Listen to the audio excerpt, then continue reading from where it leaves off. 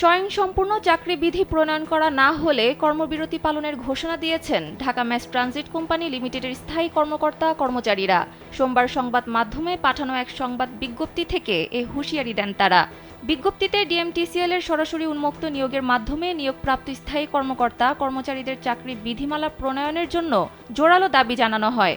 তার পরিপ্রেক্ষিতে ডিএমটিসিএল এর ঊর্ধ্বতন কর্তৃপক্ষ খসড়া চাকরি বিধিমালার ওপর বিশদ আলোচনা করেন এবং খসড়া চাকরি বিধিমালার সংশোধন সাপেক্ষে দ্রুত বোর্ড মিটিং আয়োজনের মাধ্যমে স্বয়ংসম্পূর্ণ চাকরি বিধিমালা প্রণয়ন করবেন বলে আশ্বাস দেন। এর আগে গত 12 সেপ্টেম্বর এক পত্রে সড়ক পরিবহন ও সেতু মন্ত্রণালয়ের উপদেষ্টা স্বয়ংসম্পূর্ণ চাকরি বিধিমালা প্রণয়ন করার জন্য নির্দেশনা প্রদান করেন। স্যান্ডেলিনা সো, রূপচর্চায় আভিজাত্য। কিন্তু 5 মাস অতিবাহিত হলেও কোনো এক রহস্যজনক কারণে আজ পর্যন্ত এটি প্রণয়ন করা হয়নি।